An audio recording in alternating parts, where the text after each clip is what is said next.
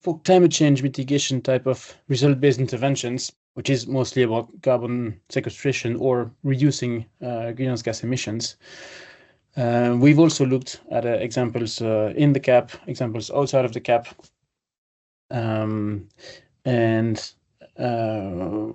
the monitoring, reporting, and verification system is really an essential piece of these payment schemes. All of them require some form of a modeling activity. So center of the slide here, the first block in brown, the modeling is very important. Even if you can do soil sampling and get some data from the farm, you will never get enough to completely bypass modeling. So you need to rely on modeling. And by modeling, I mean either something that will interpolate the one or two soil samples to what happened in the ground in the farm, or if you think about greenhouse gas emissions as a whole at farm level, you need to model the practices and assess what has changed. So a model will always be required, maybe a model just for the soil, or a model for the entire practices of the farm. And we've seen both types of models. These models, they usually feed on data, either data coming directly from the farm characteristics, practices, and so on, or remote sensing. So they need to connect to some additional system that takes satellite imagery, process them, and give some actionable insights into the model.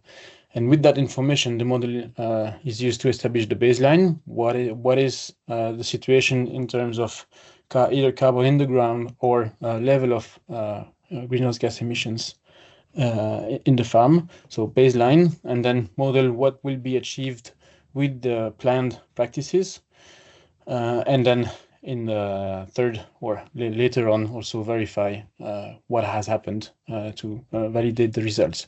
So remote sensing and farm level data are the two main source of information for the modeling and the reporting. Then for the verification, you have some farm visits, which is a possible option to review the documents that have been submitted to the platform, and also have a visual confirmation and prove that the actions that were planned have been taken. And then, of course, you have the soil sampling to measure the quantity of carbon that might have been stored in the ground. Yes. And all of that constitutes then the verification step. Sometimes it's done by the people that operate the monitoring. Oh no, sorry. It should always be some sort of a third party, certify a third party to ensure independence of the verification of these results. And so you have list of accredited third party auditors for verifying the quality of the reporting and the monitoring information. Then third element here, which is the payments. The payments usually are correlated. They are correlated to the quantity of carbon stored in the ground or the amount of emissions not emitted, so reduced emissions. But there is this issue that carbon takes time to be stored in the ground, so it takes several years, up to 5 years, before the results can be precisely measured, which means that the first few years of payments usually are lower, and the balance is paid at the end of the 5-year period, when you can actually measure precisely how much carbon has been put in the ground. It's a bit easier for emission reductions, although when these models calculate the net impact, the carbon balance at the farm level, you also need to account how your soil reacts. It's not immediate. If you work on maybe livestock, yes, you will reduce emissions, but usually you will want to have the net effect. So changing livestock grazing practices. There are some immediate effects with reducing methane emissions, but there is also an impact on the soil at the pasture, in the pastures, which means that you will also have some sort of a delay before payment can be finalized, which means that you need to take some sort of a balloon payment at the end when the balance can be settled. Let's go to the next slide. I think that's where we list a bit the indicators that we've seen available. First type, of course, is sequestered carbon. It's just what happens with soils or biomass, so afforestation type of projects. Then reduce greenhouse gas emissions, which are practices to simply maybe work on the livestock management or any other ways to reduce direct emissions. And then the third one, which is the combination of the two, farm carbon balance, which is the amount of carbon stored in the ground minus the emissions. So these are the three. We've seen one of them in one of the interventions in a CAP strategic plan, and the other two are usually in the private sector or schemes outside of the CAP. Let's go to the next slide so that we have one example from the CAP, which is a French intervention. It's the transition of practices ENFCLIM intervention. We classified it as hybrid because the intervention itself has three components, and the carbon part is only one of the three components. But when you zoom in and look at the carbon part, it is more akin to a pure type of result-based intervention. The way it works is it relies on the farm carbon balance as an indicator. So it works on, the farmers can work on both sides, reducing their emissions, but also sequestering more in the ground.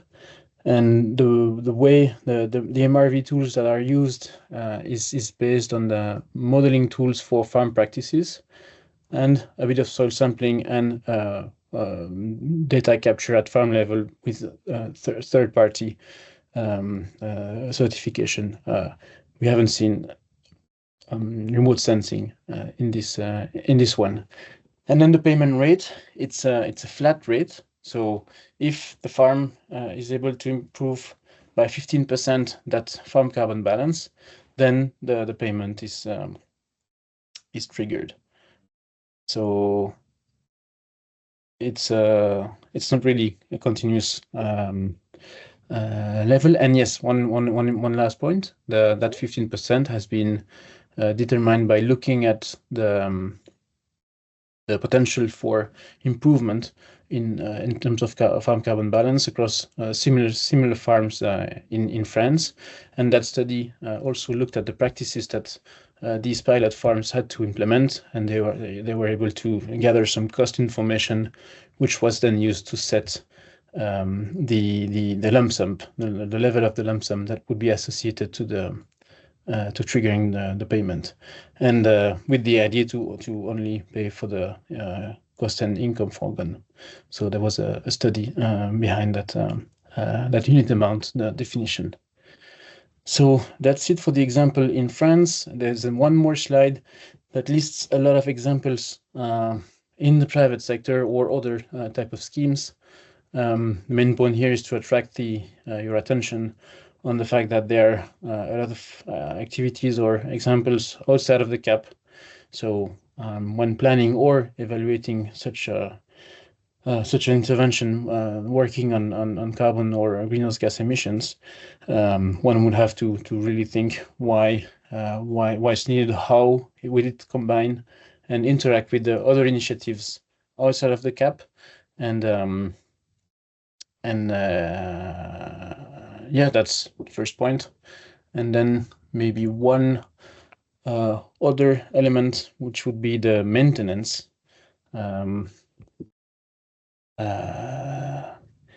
which is a key discussion right now for carbon farming. It's easy to maintain carbon carbon stocks when in afforestation projects, but for carbon sequestered in the soil, there are always risks to undo these results if farm management practices change back to what they were before intervention.